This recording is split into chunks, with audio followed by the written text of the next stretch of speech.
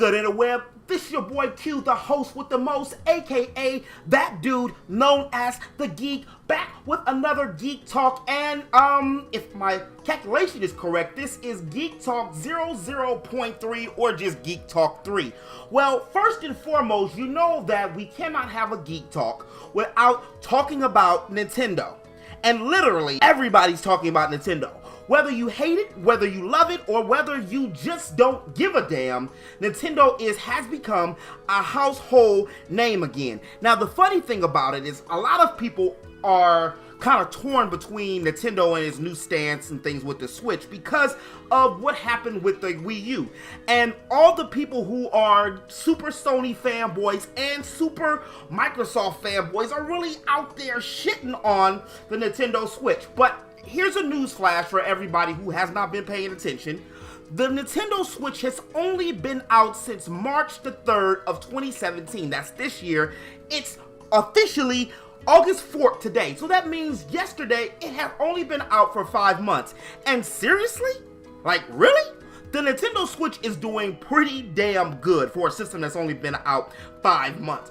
Also, compared to its predecessor, which was the Wii U, which, sorry people who love the Wii U. I got a lot of friends like the Wii U.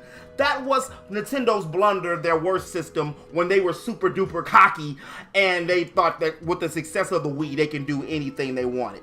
Well, anyway, if you look at side by side from the Switch and from the Wii U's game lineups for the first year, again, the 5 months that the Switch has been out is already better than the first year of the Nintendo Wii U, which is sad yet amazing. Not to mention that Nintendo has pretty much had to rebrand themselves all the way from nothing to be something. So they try to go from 0 to 100 real quick, but they had to stop because Nintendo is not completely in the clear. And as much as I love Nintendo, they still making some pretty bonehead ass decisions, i.e. like making this whole Splatoon's voice thing where you have to hook to your phone and then hook to the system and that bullshit. I mean, that's a whole nother video for a whole nother day.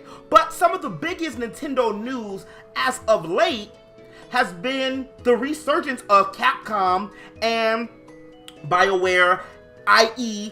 going to make more games for Nintendo Switch with the release of Resident Evil Revelations 1 and Resident Evil Revelations 2, which should be hopefully slated to come in for Nintendo at sometimes at the end of the year. Now, I know a lot of people out there, because I have a lot of friends and stuff that are still skeptical with the Nintendo Switch, are out there screaming and hollering about how the Switch does not have third-party companies. But I'm going to go to my original point.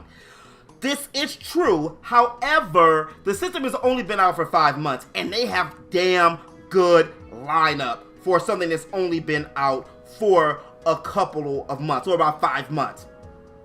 And again, it's already doing better than the Wii U. Well, and for the record, this is not just your classic case of a fanboy, a Nintendrone, sitting here talking about how much they love Nintendo and Nintendo can do no wrong. Because in all honesty, even though I love my Switch, I still play my PlayStation 4 more. And even more so, I bought a 360 before I bought a PS3 because of the games. You always buy a system for the games. And Zelda might not be my favorite Nintendo franchise, however, it's one of them, and I like Breath of the Wild. It might be my favorite Zelda game under Ocarina of Time and Minish Cap, which I enjoyed both of those very thoroughly. Now, back to the story at hand with Resident Evil coming to the Nintendo Switch and how this makes it a big impact, because this is kind of like, how do I put this? The Nintendo Switch is further from the Wii and closer to the GameCube than any other system. Think about the Nintendo DS merged with the GameCube. Boom! That's what the Nintendo Switch is. If you remember back in the day, and for those who don't remember back in the day, around the time, what was this, 2003-ish, 2001-ish? No, it was around 2001, around the whole other console war with GameCube, PS2, and the Xbox.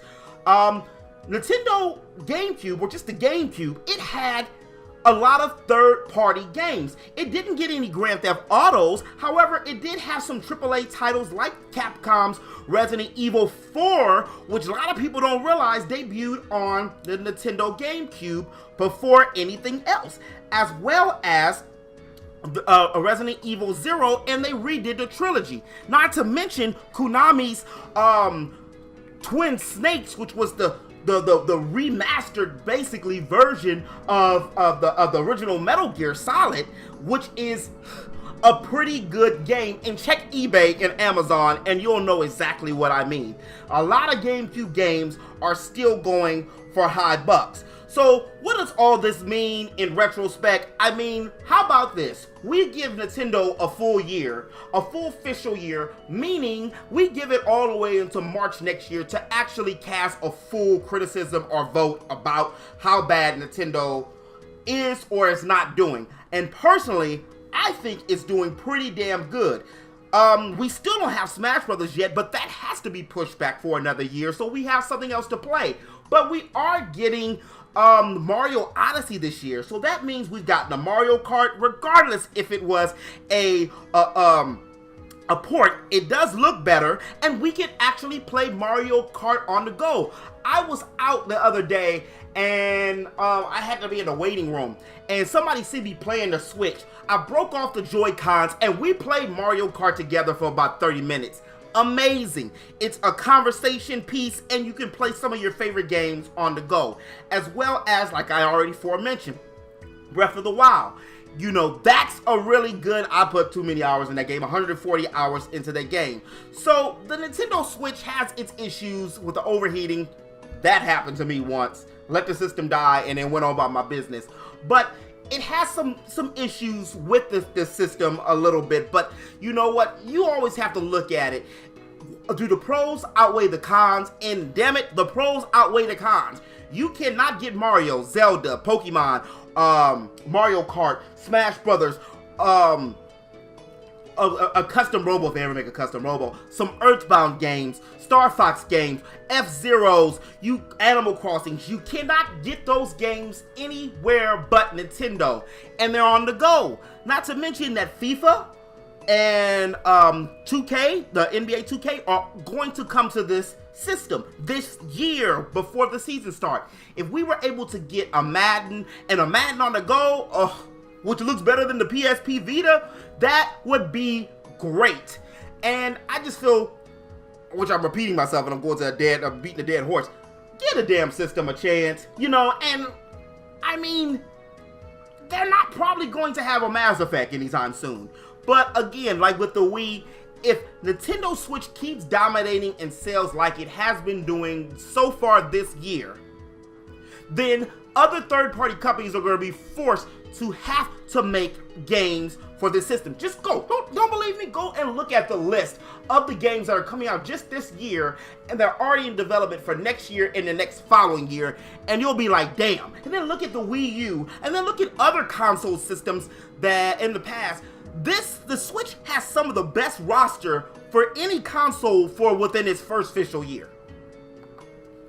Okay, but enough with my Nintendo ranting and raving and stuff for that particular topic. Have y'all heard about the new Atari system that's supposed to be coming out pretty soon? That and Sega Forever.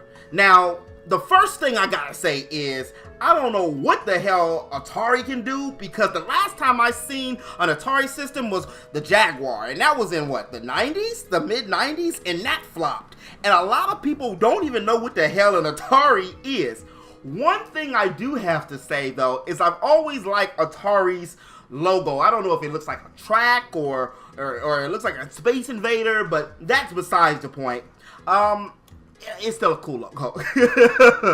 Atari's CEO, Fred, if I can get his name right, Chinisa,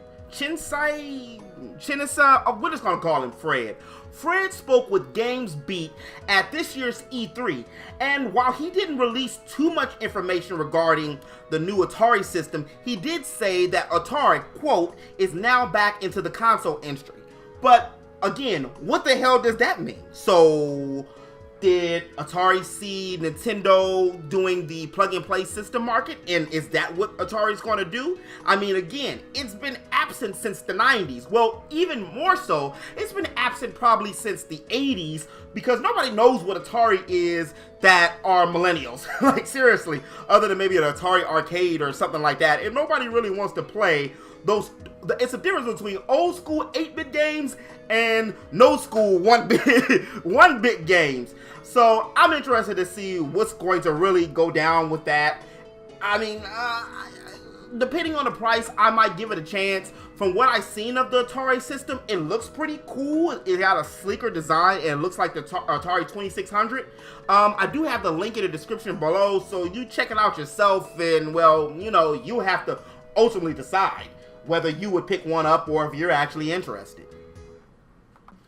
As far as Sega and Sega Forever, damn, I love to hear some good old-fashioned Sega news. And I feel that because Sega lost the console wars against Nintendo back in the day, and it blundered the Sega Saturn, and the Dreamcast came out a little too early, and maybe should have waited till that juggernaut PS2 came out, that they get a bad rap. But Sega has some of the best IPs of all time. Matter of fact, there's some better IPs than Sony's first party IPs. The only other first party games that I think that Sega's can rival or rival Sega is that of their original rival, which is Nintendo.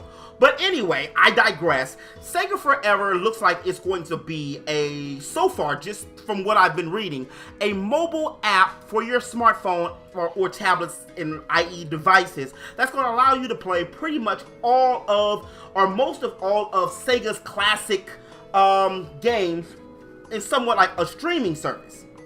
Okay, so here's what the official Sega Forever website says about it, because I have yet to get a chance to play it. I got a long list of things to watch and games to play. Sega Forever is a free and growing classic games collection of nearly every Sega game ever released from every console era. That includes Master System, Genesis, Mega Drive, Dreamcast, and more. They didn't say anything about the Saturn though.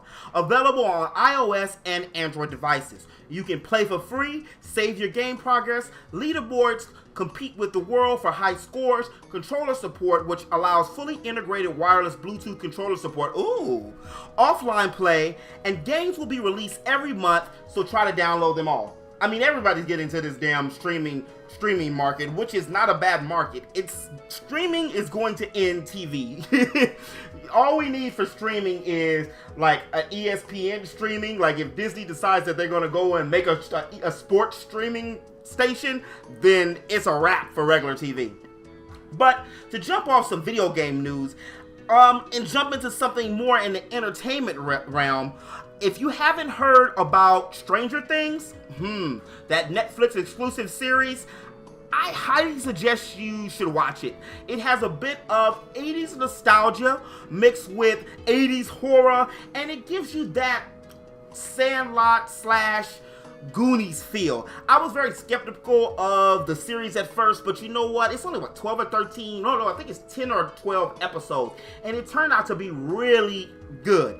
Now, one of the series' favorite characters, no spoilers included, was Barb. Barb was kind of like a real-life Velma without being super smart. Her smarts came more on common sense. Well, apparently, Sean Austin's Bob character in the new series is said to be, by creators, the new Barb. So expect a new version of, let me put it this way, rephrase that. The male version of Barb, which is basically going to be your social conscience or your super ego of the show. So, I mean, again, if you haven't got a chance to watch it, Stranger Things season 1, go ahead and check out season 1 before you jump into season 2, which is slated to be released on such a perfect day on Halloween of this year, so 2017. I actually might throw like a little Stranger Things party for Halloween. That would be pretty damn cool. And in other entertainment news, Inhumans is almost here, and damn, I'm really glad that they decided to make this a TV show rather than to make this the movie which it was supposed to be. Even though Black Bolt, who is one of the strongest characters in Marvel's universe, nobody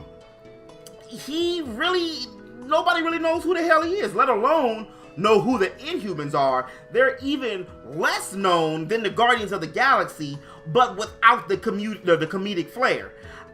So to be able to see this super family cope within modern day life and have super villains kind of intrigues me, but it kind of doesn't intrigue me. But I mean, in all honesty, I'm gonna give this show a chance, mainly because if I was able to give Iron Fist a chance and watch that whole series and that shit was trash, then I can pretty much give Inhumans a chance, which seems like it might have more of staying power because of my boy Ramsey Bolton, who's going to be playing Maximus, which is Black Bolt's brother within the series. But lately, the big news has been Medusa, Black Bolt's wife. Her CG hair, looks okay. For TV. I really hope that they didn't waste too much money from the budget for this, because I would like to see more story and less CG if that is possible. Because the trailers, again, I'm with the rest of the world, weren't all that great, at least from what I've seen. The Inhumans will debut at select IMAX theaters on September 1st, and the actual show will be coming out this year on ABC on September 29th. I don't know the time, but I do have the link included below, so go ahead and check that out if you are interested if you're interested in the Inhumans TV show. And last but not least, some anime news. I'm not sure if you heard that Sony has now become a majority stake owner in Funimation. And when I heard this, I'm like, what? Wait, what? Yeah, I know, right? Sony in charge of Funimation? Well, this had me a little torn, mainly because, the good thing is that this might allow more of us in the West, in the United States, to get more anime quicker because of the licensing and even get more merchandise. But to the flip side of this could go horribly wrong. And even though this is the TV Sony division, not the movie Sony division, I can only think back to how Sony blundered up The Amazing Spider-Man, which I actually like The Amazing Spider-Man, but the general populace didn't like Amazing Spider-Man, so they lost some money when it came to that. This also has me wondering, what does this mean for VRV, the streaming company who owns Crunchyroll, who has Funimation and some other people like Geek and Sundry on their roster, on their streaming services. Does this mean that we're going to get more bang for our buck, or is Funimation going to retract from that? Not to mention that even though Sony has been in the anime space for about 20 years, and it does run Anime Max, Crackle, and some Anime Kids network, is this really good for one company to have this much power? The first thing I think about is the WWE when it was WWF, and it was fighting with WCW, and ECW, which made some of the best wrestling of all time. But then, after Vince McMahon bought WCW and ECW, I felt it kind of got watered down. Well, not kind of. It got watered down a lot. So monopolies generally aren't good for the success of a business. You always need some kind of form of rival when it comes to things. Oh, and before I forget, I finished Code Geass, finally. At a suggestion from a friend, like 3 or 4 years ago. I have to say this, and let me tell you, I had to catch my breath. It was one hell of a ride. A lot, and I mean a lot more than I expected. Code Geass, I generally expected it to be something of like a bootleg Gundam with some pretty cool characters, and he had Lelouch had some power where he can control people. But let me tell you this, if you haven't seen the series, and this is one I will not do spoilers, I don't do spoilers from somebody who's gotten the whole Aerith getting killed thing ruined but while he was on middle of disc 1 of Final Fantasy 7, I do not do spoilers. But let me say this, the game actually has I said game, my bad, I'm still in game mode. The anime actually has a bit wider story than just machines and a guy versus the government. It expands to things I really didn't imagine that it did. And I still, for the life of me, it's a coin flip depending on what episode or how I'm feeling that day, whether I like Suzaku more or Lelouch. I know that Colin is one of my favorite female characters within the series, not just because of obvious reasons, but because of, well, some obvious reasons, and also because of her characterization within the story. I'm really not sure what anime I'm going to watch next. I'm thinking maybe Psycho-Pass. A homegirl of mine told me that's really good. Or should I finish Food Wars? I'm not really sure. If you have made it this far into the video, thank you. I appreciate it. You can't see me right now. I'm bowing. Thank you. I really appreciate that. And if you have any anime suggestions that you think that are pretty good or I should check out, please let me know in the comments section below. But as always, this has been your boy Q, your friendly neighborhood geek. If you did like this video, please make sure you give it a like. And if you're new to my channel, make sure to hit that subscribe button and ring that bell. I need a bell thing to stay up to date on all things geek. Peace.